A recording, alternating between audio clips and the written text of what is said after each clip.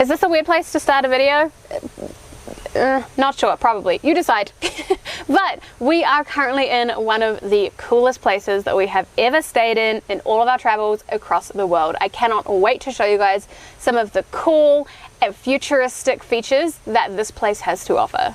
Spa baths are not typically a feature of hotels in Bali, certainly not outdoor ones, because it's just too hot.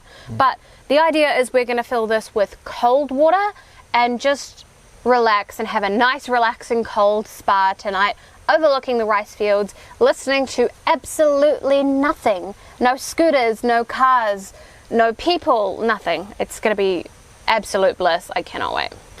Okay, so we have just made a really quick pit stop on the way down to our cabin because we came across this seating area. So I wanted to show you guys. It's got bean bags, it's got chairs, tables.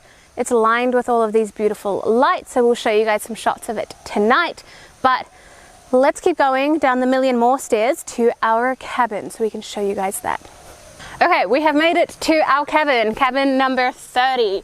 So it looks small, but trust me, it has everything you could possibly want. So we've got umbrellas, a place to put our shoes, a little seating area, a bath, and a bonfire, which is $3 if you want them to light the bonfire for you. But the coolest thing about these cabins is a QR code to get in. So there is a scanner on the door. Basically, I'm going to hold my phone up to it, scan the QR code, and that door is going to unlock. Hello and welcome to our cabin. So this is the space. So it's small, but it honestly has everything we could possibly need.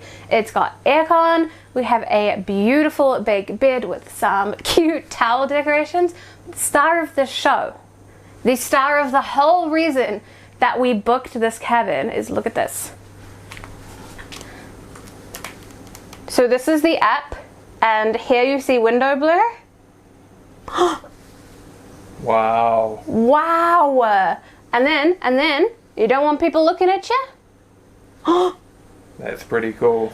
That is the coolest thing I have ever seen. If that isn't cool enough for you, there is mood lighting. So I can actually change the lighting up above us literally just by tapping the colors on the screen. So we've got pink, green, orange. It's crazy. You can control the lights and the window from a tablet that is beside the bed. It has like sleep meditation. What if I put... Oh my god. Please tell me we're not going to use that tonight. Maybe. Oh. Wait, there's river? I usually fall asleep watching YouTube. Yeah, boring YouTube. Okay, as we've mentioned quite a few times, this place is small but mighty. So everything that you need is in here. So we've got a coffee station here, and if you were to clear that away, pull out the chair, it would convert into a desk. All of your luggage storage, as well as a couple of hard hats, not sure what those are for. And then in here is actually the bathroom, which is surprisingly large for a cabin this size. You've got a toilet, you've got a sink, and then you have an entire shower in this tiny little cabin. So you really do have everything that you need for a super comfortable stay. As promised, these are the shots of the beautiful lights at night. Honestly, it was like something out of Avatar. So we just spent the rest of the evening relaxing. We ordered some food, which was delicious, ran a cold spa, as we mentioned earlier, and we just ended up talking for the rest of the night and then went to bed.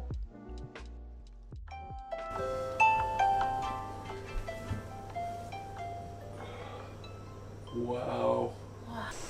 Selamat pagi, good morning. Breakfast just got delivered. Last night we had the option of choosing what we want on the app. I got 2 sunny side eggs up. Sam got an omelette, and we also got a coffee each. Just instant coffee, but that's totally fine. You won't see Sam until she's had at least 2 coffees. That's safer for everyone. I'm going to dig into this breakfast and admire this beautiful view over the rice fields here. We'll see you after breakfast. Okay, welcome to the closing portion of this video where we are going to go over the pros and cons of staying in Bobo Cabins in Ubud. it's not always pros, there's cons as well, and we've always said we will always be honest with you guys, and we're not about to compromise our own integrity. We would rather you guys book things like this with eyes wide open. So without further ado, let's start with the cons so we finish on a high note. The app only seemed to work about 50% of the time. On the tablet in the room, it worked all the time, granted, but on the phone, it had a mind of its own. The QR code. I get it, it's a great concept, the QR code unlocking the door, but unfortunately because I made the booking, I had to download the app. The QR code was on my phone. It can't be screenshot, it can't be screen recorded, it can be shared to one other person, but they have to download the app and register to receive that code. So it was kind of annoying. When we were in the bath, Ryan got out first, I was watching YouTube and he wanted to get into the cabin, so I had to stop what I was doing, give him my phone so he could unlock the door, and then obviously give my phone back to me. So the QR code is a blessing and a curse, I think, yeah. It turns out the mattress is very thin. I understand that whole minimalist kind of approach, but they could maybe have memory foam or a bit thicker. It would have made the sleep a bit better. Okay, so this con has to do with our stay in particular, but could also affect yours. There is up to 34 cabins. I believe we were number 30? 30? Yeah. Getting to cabin number 30 involved walking down close to 200 stairs down the side of a hill. So I'm not going to sit here and be like, it requires a moderate fitness level, but once you're down there, you're going to want to stay down there. So it's not necessarily somewhere that I'm going to recommend booking if you're planning on leaving multiple times per day. It's kind of like a go home, stay home situation. Okay, that's it for the cons. We're going to finish this video obviously on a high note, so we're going to talk to you about the pros of Bobo Cabins Ubud. It is stunning. It is really beautiful. Waking up in the middle of the rice fields down there, beautiful, especially with that big window in front of the bed. On top of that, it was really nice and quiet, really peaceful. Yeah, another pro for me was the bath. So baths, especially spa baths, are not something that you typically find in or around hotels here in Bali, but it actually was surprisingly nice. Ubud is a little bit colder than the rest of Bali, and that was really nice, just being able to lie in there, relax, listen to the nothingness. It was so quiet, as Ryan just said, and just look at all of the beautiful fairy lights that they have set up there. So the bath is definitely worth spending the extra like $4 for. It was very, very clean. I couldn't find a speck of dust. Yeah. Obviously the other pro is the blurring window itself. It's a bit of a novelty, but it is the entire reason that we booked our stay at Bobo Cabins.